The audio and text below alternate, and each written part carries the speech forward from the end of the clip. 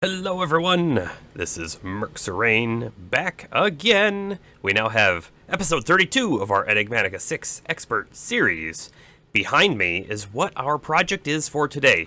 We need to continue working on the Cobbleworks. We need to set up our lines, and that's going to include laying down the base cobblestones, right, that we're going to be generating, and we're going to need to also get a whole bunch of lava and water to run in and make our cobblestone generator. Once we have some of these lines set up, we will then be creating a create system that we'll be able to go over and harvest. And we're going to need to make a windmill. I'm kind of feeling like maybe the windmill's over here, or maybe the windmill should be on the hill. That might be neat and run it all over. And then finally, we'll need to get a computer for each line and be able to write some code for that. I don't think we're going to get quite to the computer section yet. Hopefully we can get to most of the create stuff set up in this episode.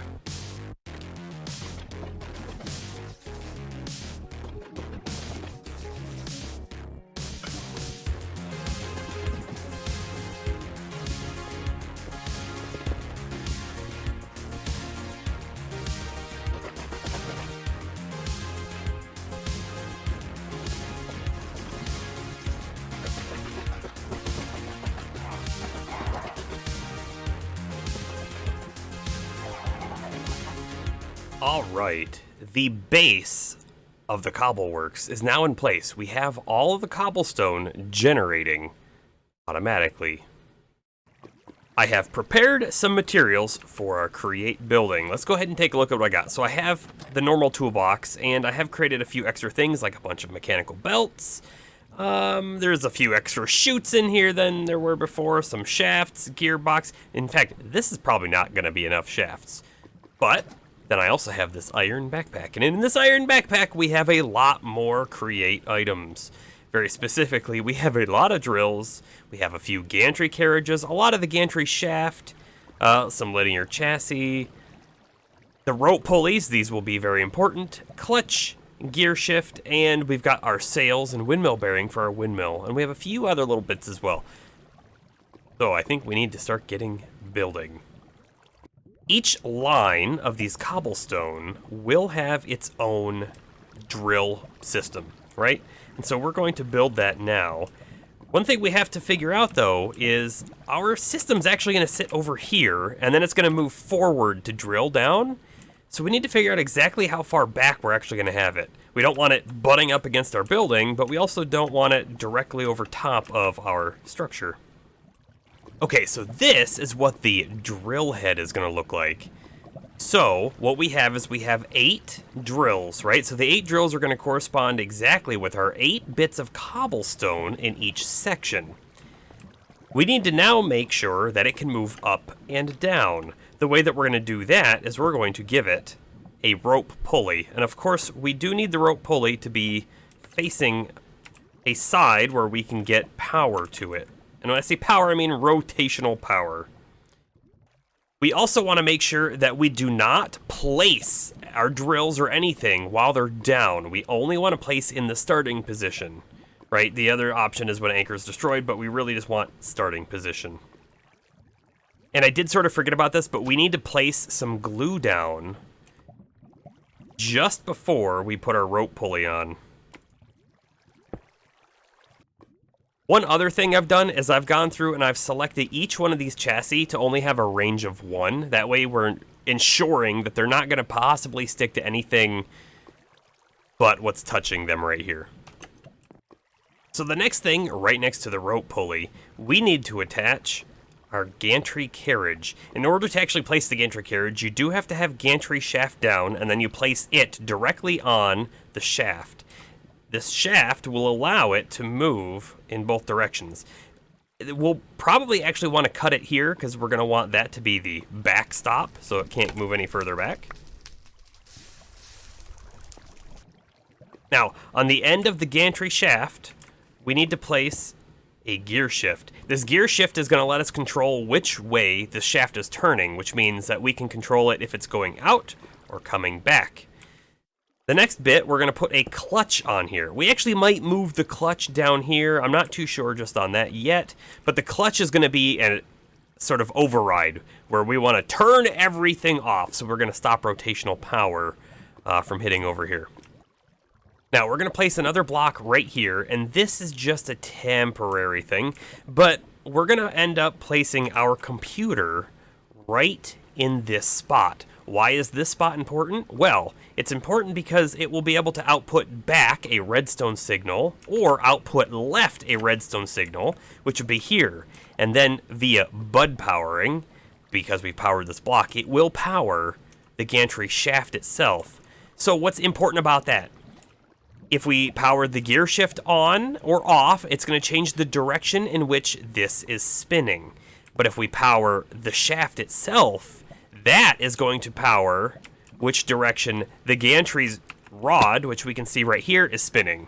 So by being able to control both that here and the rotation of this, we're going to be able to tell this when to move out, stop, move the drill head down, back, come back, all that kind of stuff. Finally, we are going to want to have a form of storage on this. And I was thinking I was going to put it up here, but you know what? I think we can remove that bit right now. Put a piece of glue there and put our chest on the edge. Just like that.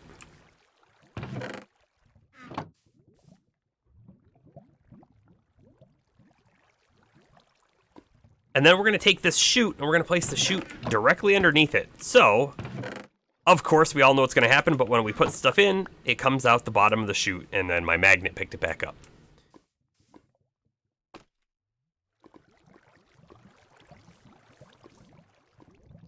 So actually, we may want a couple chutes here, just to have it look interesting and pretty, maybe. But what will happen, of course, is this will all go out, it'll come back. When it comes back and docks in its home spot, it'll drop everything it has out here, and we'll probably have a belt system feeding back in here to our storage drawer. So this is the basis for what our drill line will look like. I'm going to spend a little bit of time probably building a few more of these, and also maybe making them a little bit prettier. And I'm feeling like we don't want them just floating, so I'm probably going to have to build some sort of structure to make it look like, of course, they are hanging by some sort of metal rods or something. So I'll work on that. Hey everyone, I figured I would give you a sneak peek of what we're going to build with the computer in place. So here is a smaller version of what our line might look like, right? So there's a drill head right there, and you can see that I had to put a little channel in the ground since the drills are actually there. But we have a chest, nothing in it at the moment, that's important. We have a rotational source of energy right here. Of course, this won't work in our actual world. We're in creative, if you couldn't tell. Here is the same sort of setup that we had, right? We have our gear shift, we have our clutch. This turns everything off. We're not going to use that at the moment. We have our lever that controls the rotation of the gantry shaft. We have this lever, which controls the power on the gantry shaft, which will come down into the rope pulley. So if we look down in the little channel, we have 3 cobblestone, which corresponds with the 3 drills over here, and then over here we have 3 ether stone. It's just a very different kind of stone. Any of the other kinds of cobblestones could have worked here, and everything else you'll see is just normal stone, and we should not be digging that, right? In our actual system, our computer will sit up here, but for now, I have wireless things over here, because I was toying around with the idea of using wireless, and we still could, but I don't think we will. So I think the computer will sit right there, and let's go ahead and run our program. I've just called it moving forward. It comes out, it stops, it goes down, boop, it dug out that cobblestone, and then new cobblestone was generated. It moved to the next one, did the same exact thing, generated new ether stone, and returned. So if we look in there, 3 cobble, 3 ether. This is a proof of concept of being able to use the computer to control these bits to actually go out and do things. And I'll just show you real quick manually. If I were to move this lever, everything moves out. If I come back, everything goes back, right? If I do this lever, so this is now telling the pulley to go up. And it's actually a very specific combination of this one being off and this one being on. Now, if I change the rotation of this one, you might be surprised. It actually tells our print head to go up and down, or sorry, our drill head to go up and down. And then if I turn this one back off, we do return. So, using the combination of knowing when this should be on and when this should be on, we're able to come up with a set of commands that the computer can do. And we did a little bit of printing. I will show you a very quick version of the code.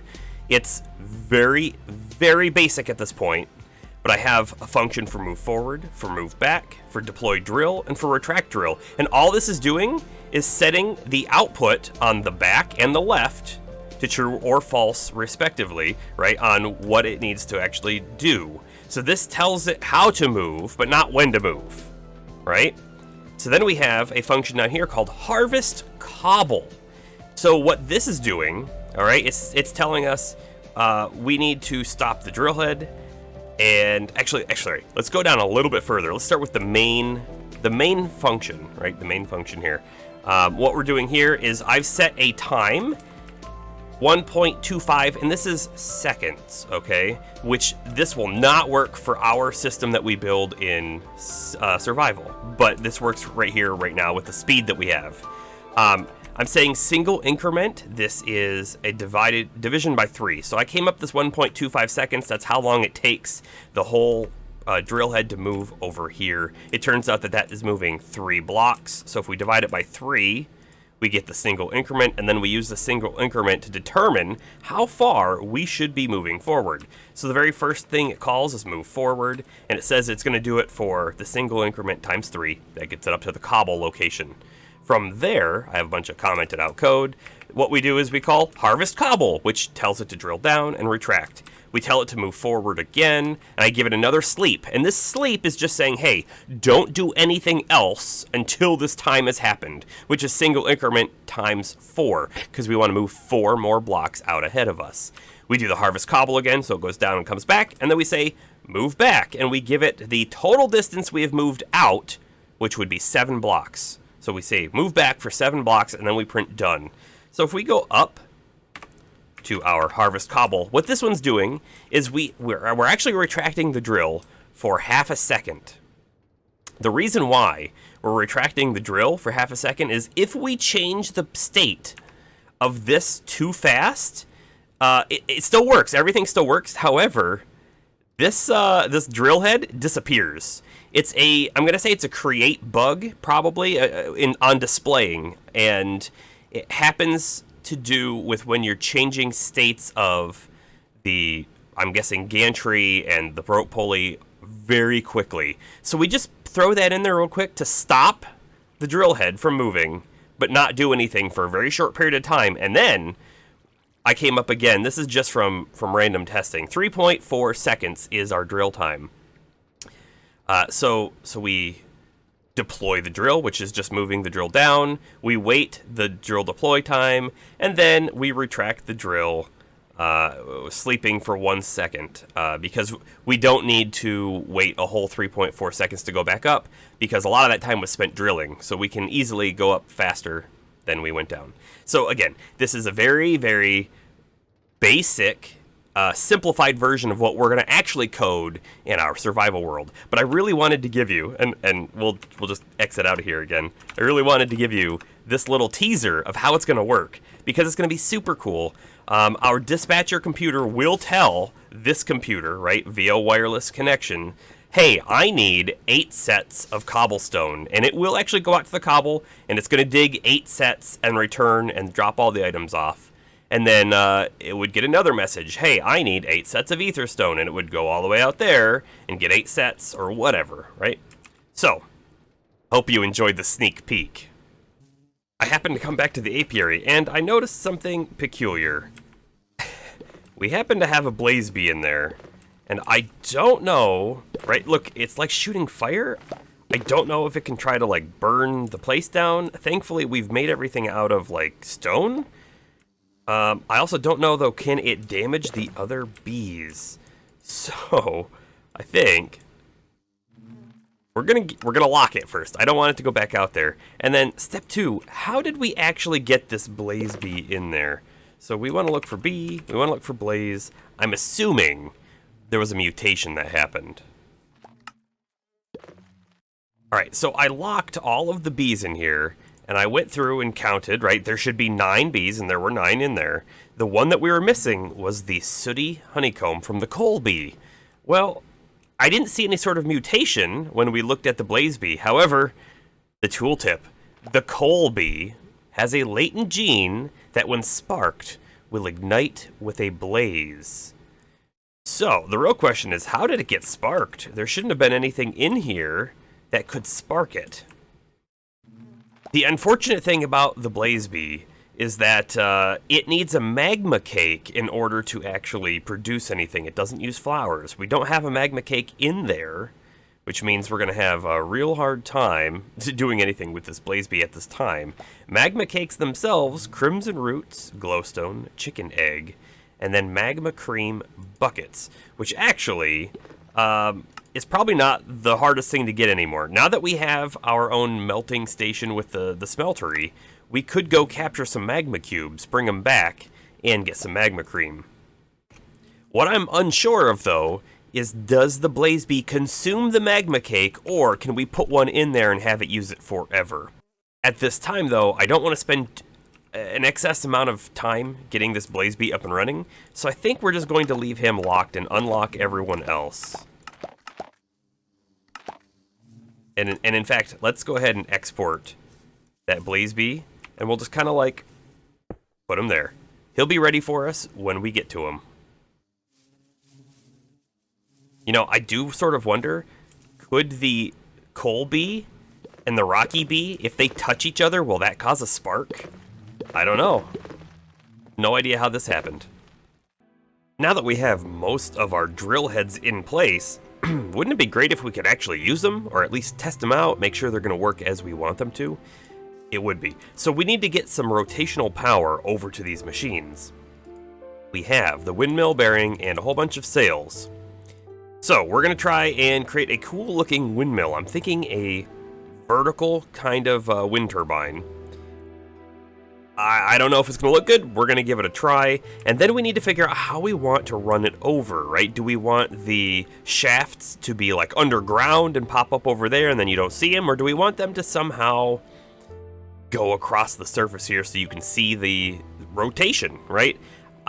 Usually seeing things is cooler than not seeing things. So that is what I'm leaning towards today. All right, I've assembled something. I'm happy with it. It's not as cool as I wanted it to be. I was actually trying to get a system where it started here and then it like turned and it curved. But man, curves are not easy to do in Minecraft. So the best curve we could get was a flat sort of two-dimensional curve, which is all right. The bulk of the sails are up top because there's going to be more wind happening up there than there will be down towards the bottom. Let's go ahead and turn it on and see what it looks like. It spins pretty fast. This is a max size windmill, which if you look, we got an achievement for it. Has reached the goal, a strong breeze. Assemble a windmill of maximum strength. That is 2 full stacks of sails to get that.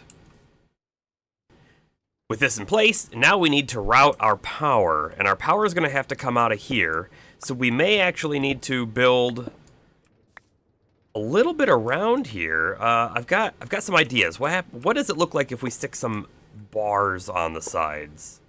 Good, bad, I don't know yet.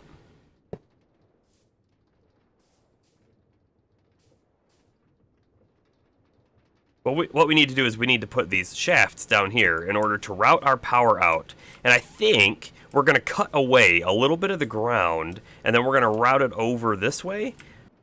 We are now almost ready for our computers. However, I do not have the required things to make all of the computers at this time. So that's going to take a little bit of time to craft all of that. But let's take a look at what we've got. So we can see our wind turbine moving in the distance. The shaft is coming on in over this way, straight across, and then we get into a gear system, right? And this is to speed up the process. One thing we could look at is a rotation speed controller, which actually is not very expensive to make. This that one block would theoretically do everything that this gear chain is doing, just in a much simpler way, where all you do is you configure it with a wrench. However, this works for now, and every step up, we're basically doubling the speed. Okay, so if we go up top, let's take a look and see what we have.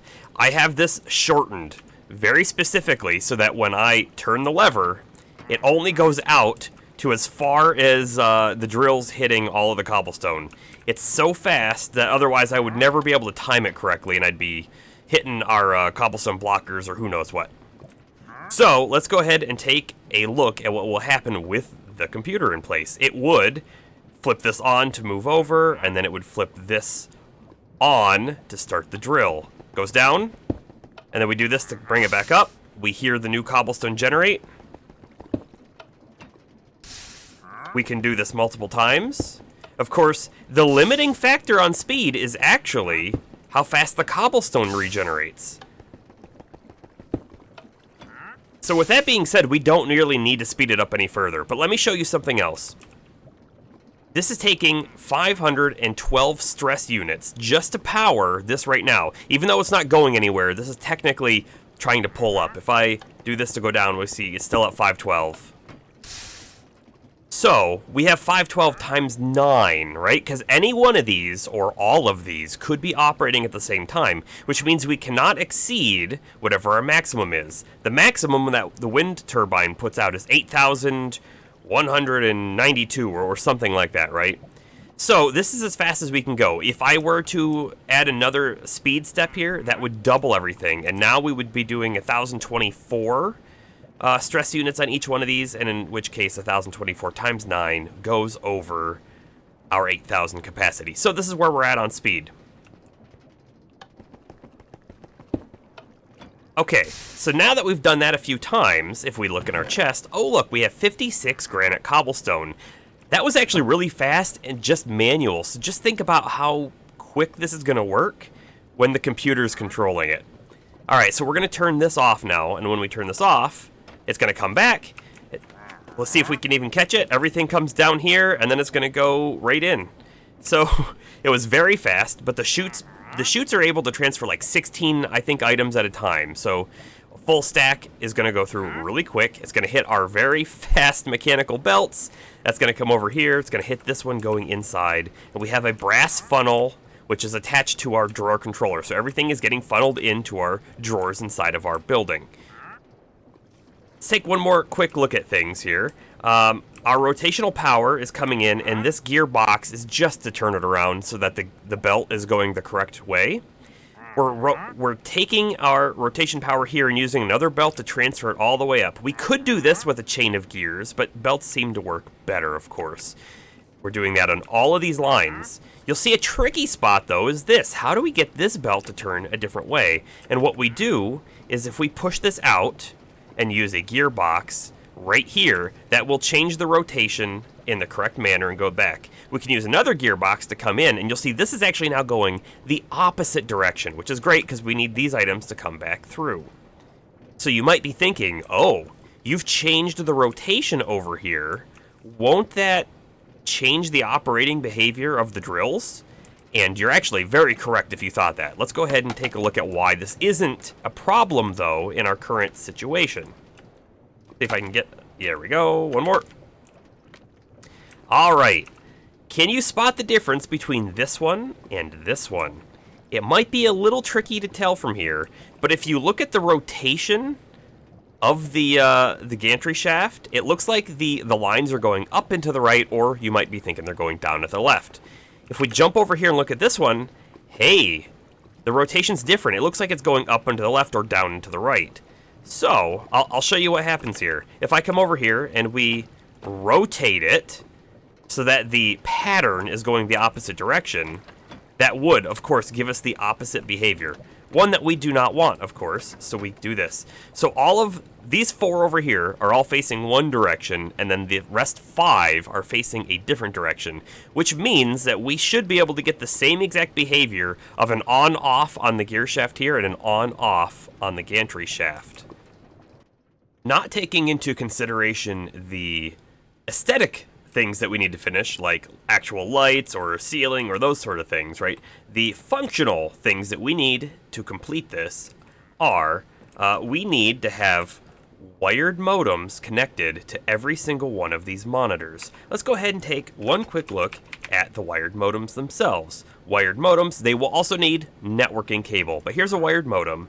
The wired modem is going to take machine bases, which is going to be a lot of advanced PCBs and reinforced stone. It's also going to take networking cards, which interestingly enough needs a wireless transmitter, even though this isn't wireless, which is going to need a lot of advanced processors. They're used in multiple spots. And then these printed circuit boards, which are a bit of a pain to craft. That will connect all of our monitors up, right? We need 9 of those. Actually, we're going to need more because the advanced computer itself will also need a wired monitor, or modem, wired modem. The other thing, too, is we were thinking these are going to move over here, but we were also thinking that we might have another display right here that has status of the lines outside. So we need a few more monitors. But then, outside, we're going to need 9 more computers. We don't need them to be advanced, because the advanced we're not trying to do anything crazy with. They're just going to receive a signal and perform their operation. But we still do need 9 more computers, which takes a lot more machine frames, which comes through the assembly controller, machine bases, which we already just looked at for the modems. We need a lot of plastic, machine frames here, and invar plates, and we need to do this all through not superheating, but normal heating of a blaze. Then there's graphics cards. There's RAM chips, there's CPU cores, which again we run through over here, which takes a lot of improved processors, more unassembled PCBs, and machine buttons. So, we have a lot of crafting ahead of us, a lot of materials that I may not have. That's why we got a lot of the bees set up, so the bees can be funneling in metals for us. And then, how will they communicate? Well, we could run a wired modem to like every single computer out there between everything. Could be done, but I kind of want to do something a little fancier, and that would be using a wireless modem. So then we will need wireless modems, 1 on each computer, so 10 in total, because of the 1 inside and the 9 lines outside. They need range upgrades, which is stuff we have certainly not made before. We need a network API from Enigmatica. We need the wired modem itself, and another wireless transmitter. And this is again why I was a little surprised to see the wireless transmitter was already used in the networking card recipe. However, we're not going to have that today, but we have built most of what we need. Oh no. Something bad is happening. It's nighttime, and this guy outside is throwing bombs. Oh no, he's going to ruin everything for us. I killed him. I'm hoping he didn't blow up anything over here. He blew up our scaffolding. Everything else looks to be intact. Except, you know, this is a problem.